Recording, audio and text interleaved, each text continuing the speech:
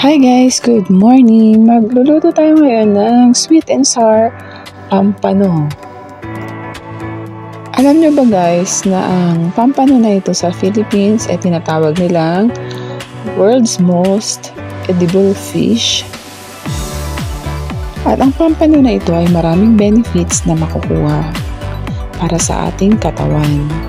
So mag-start na po tayo magluto. Pahiran natin ng asin ang mga isda para ito ay may mga lasa.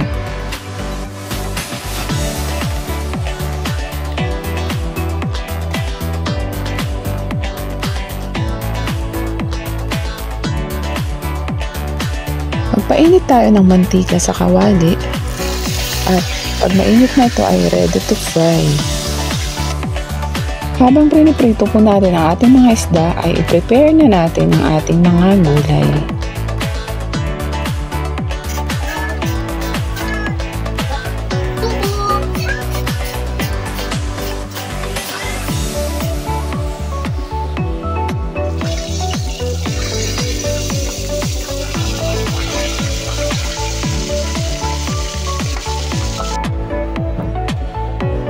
Slice po natin ng pahaba ang mga carrots after niya pong mabalatan.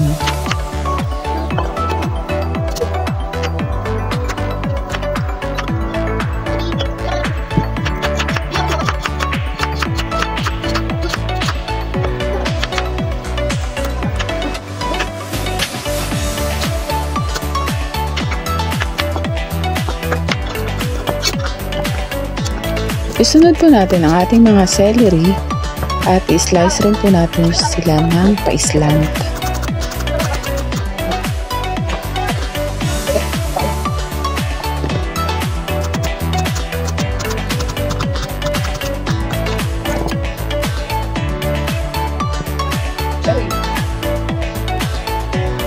Magbalat po tayo ng garlic at isang onions na medium size.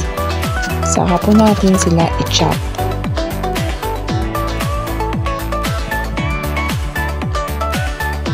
So after po maluto ang ating fried fish, i-set aside po muna natin habang iluluto na po natin ang kanyang mga sauce. At yung pinagprituhan po natin na mantika kanina ay gamitin pa rin po natin.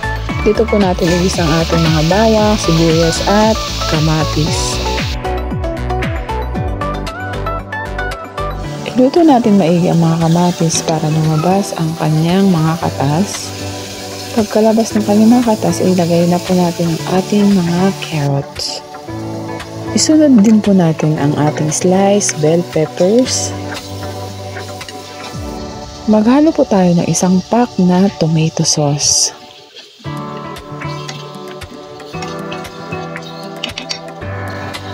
Mag-add po tayo ng 1 cup of water. At maglagay rin po tayo ng bay leaves or laurel. Pakuluan lang po natin ng 2 minutes at mag-add na rin po tayo ng seasoning or salt para dagdag po lasa. Add 2 tablespoons of vinegar.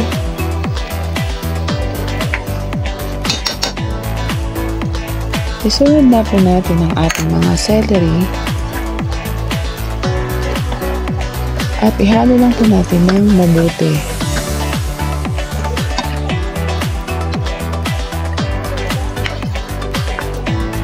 Lagay po tayo ng 1 tablespoon na white sugar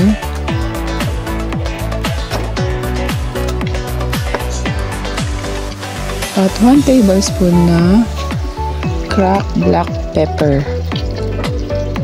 Mix and bring to boil for 1 minute. Then, pag niluto na po lahat, dito na po natin ihalo ang kanilang sarsa para sa ating fish pampano. And here is the outcome.